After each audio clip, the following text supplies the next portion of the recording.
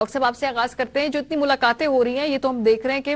ہمارے سامنے ہو رہی ہیں, یہ تو کھلے عام ہو رہی ہیں, پس پردہ بھی کچھ کوششیں ہو رہی ہوں گی. آپ کو لگتا ہے کہ کیا پاکستان اور بھارت کا میچ کے اوپر پی سی بی کا سٹانس بدلنے کو تیار ہو جائے گا, خاص طور پہ سری لنکن بورڈ نے جس طرح سے اپروچ کیا پاکستان کو؟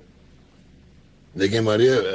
جہاں تک سری لنکن کرکٹ بورڈ کا تعلق ہے تو ابھی اگر وہ آپ کو دوستیوں کا واسطہ دے رہے ہیں کہ they had stood with us which we can't deny in our tougher times, لیکن بنگلہ دیش کے اگینسٹ ووٹ تو انہوں نے کیا. اور یہ بھی کوئی ڈھکی چھپی بات نہیں ہے کہ they virtually act as a lap dog of B C C آئی.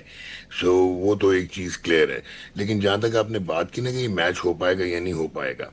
اس کے نا آپ کو ہمیں دو نظریے رکھنے ہیں. ایک تو نمبر ون, حکومت پاکستان کا ڈیسیجن ہے یہ, اور جس پہ آپ نے جو ہے انیکٹ کروایا کہ ہم کلاس 12 آف یہ جو ہے ممبر پارٹیسپیشن اگریمنٹ, جس میں آپ فورس میجور جو ہے وہ انیکٹ کریں گے, لیکن وہ آئی سی سی نے ڈیناؤنس کرنے کی کوشش کی اور پی سی بی سے رابطہ کیا کہ اس میں آپ کے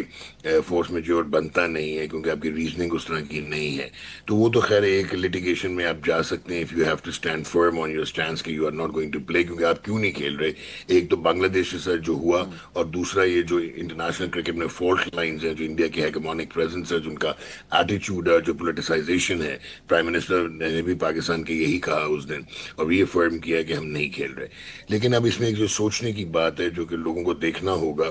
کہ آئی سی سی اس وقت بہت ویکر وکٹ پہ. ٹھیک ہے کہ بیک ڈور ڈپلومیسی بھی ہوئی, وہ ڈیسپریٹ ہیں, عمران خواجہ بھی آئے ہیں, ان کے ڈائریکٹر ایسوسیٹ ممبرس کے بھی آئے ہوئے ہیں آئی سی سی کے, جن کا تعلق یو اے ای سے ہے, اور آبویسلی بنگلہ دیش کے امین الاسلام بھی آئے ہوئے ہیں جو ہیڈ کرتے ہیں بنگلہ دیش کرکٹ کو.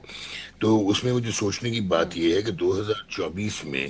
سپریم کورٹ کا ایک ڈیسیجن آیا تھا 2025 میں انڈیا کا, اور انہوں نے بین کر دیا تھا ڈریم 11 فینٹیسی اپلیکیشنز کو, اور سروگیٹ ایڈورٹائزنگ ویسے ہی الاؤڈ نہیں ہے. تو یہ 750